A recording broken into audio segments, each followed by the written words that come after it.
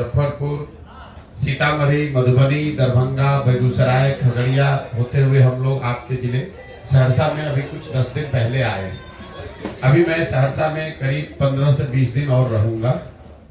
पदयात्रा का जो स्वरूप है आप देखते हैं, हम लोग का प्रयास होता है कि गांव-गांव जाएं और मैं और मेरे साथ जो पदयात्री हैं तो प्रयास ये होगा कि कम से कम 90% गांवों में जरूर हम लोग व्यक्तिगत तौर पर वहां पहुंचकर लोगों से मिले, उनकी समस्याओं के बारे में जाने, उसका अध्ययन करें, उनको जन स्वराज के बारे में बताएं।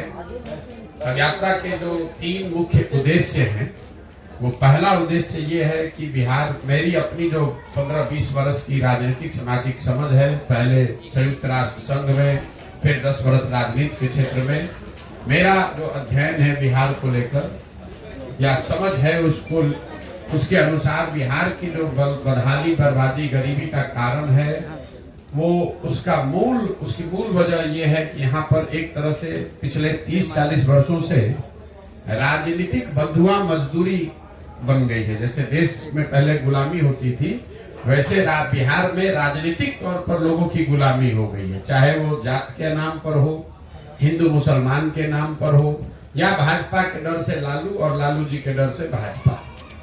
तो ये जो समस्या है, हम लोग बात करते हैं कि बिहार में सड़क नहीं है, पढ़ाई नहीं है, रोजगार नहीं है, गरीबी है, पलायन है, ये सारी बातें लोगों को पहले से पता है। हम लोग तो आकर एक दिन देखते हैं, नेता लोग आकर उस पर चर्चा कर सकता है, पत्रकार उस पर लिख सकता है, लेकिन जो लोग इस जीवन को जी रहे हैं उनके लिए तो डेली का काम है। इसके बावजूद वो लोग फिर जाकर वोट उन विषयों को छोड़कर दूसरे विषय पर क्यों देते हैं?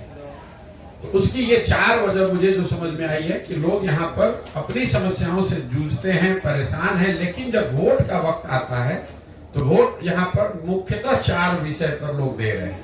पहला, अपनी जाति के आधार पे।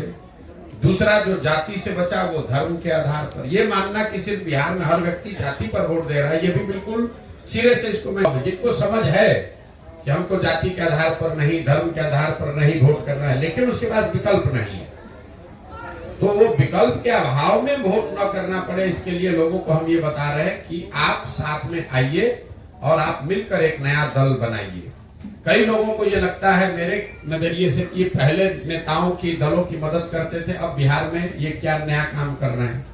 तो मैं आपके जरिए से आपको और आपके दर्शकों को, बिहार की जनता को बताना चाह रहा हूं कि मैं नया काम कुछ नहीं कर रहा हूं। जो काम हम पहले कर रहे थे वही काम कर रहे हैं।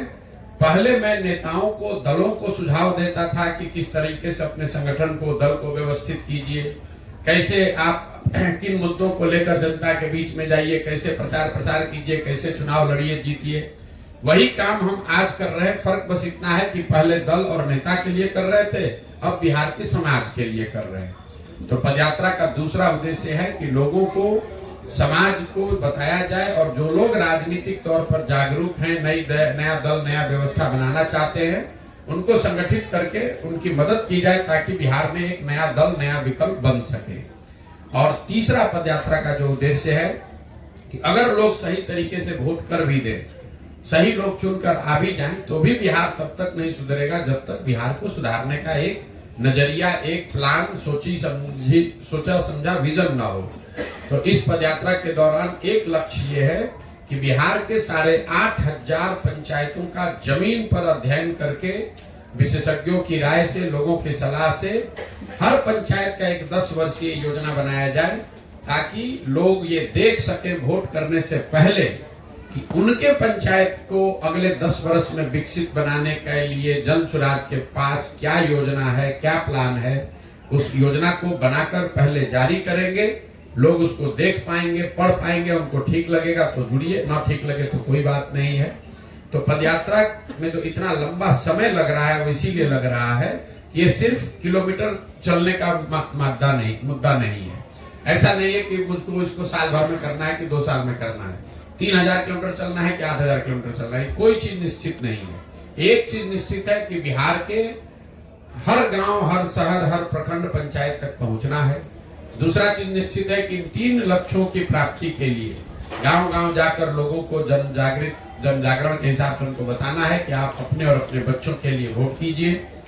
अगर आप नया दल विकल्प बनाना चाहते हैं तो नया दल और विकल्प बनाइए। और तीसरा, हर पंचायत के लिए एक योजना बने। इस पंचायत की योजना में वहां की स्थानीय समस्याओं का जिक्र हम लोग करते हैं, कैसे उस समस्या का निपटारा होगा ये बताते हैं। लेकिन साथ साथ हर पंचायत की योजना में 3 बात जरूर बनाई जा रही है। पहला, कि पंचायत के स्तर पर लोगों के बच्चों के पढ़ने की व्यवस्था अच्छी कैसे की जाएगी। दूसरा, हर पंचायत में 800 से 1200 नए रोजगार के अवसर कैसे पैदा किए जाएंगे। ये आंकड़ा 800 से 1200 इसलिए है कि एक अध्ययन करके हम लोगों ने पाया कि अगर पंचायत के स्तर पर 800 से 1200 नए रोजगार के अवसर पैदा कर दिए जाएं तो करीब करीब पलायन को यहाँ से रोका जा सकता है। और तीसरा, हर पंचायत में जो खेती अभी हो रही है वो खेती जो खाने वाली खेती है, इसको कमाने वाली खेती में कैसे तब्दील किया जाए, कैसे लोगों को खेती से आमदनी हो। क्योंकि बिहार में आज जो खेती होती है ये खाने वाली खेती है। बोलचाल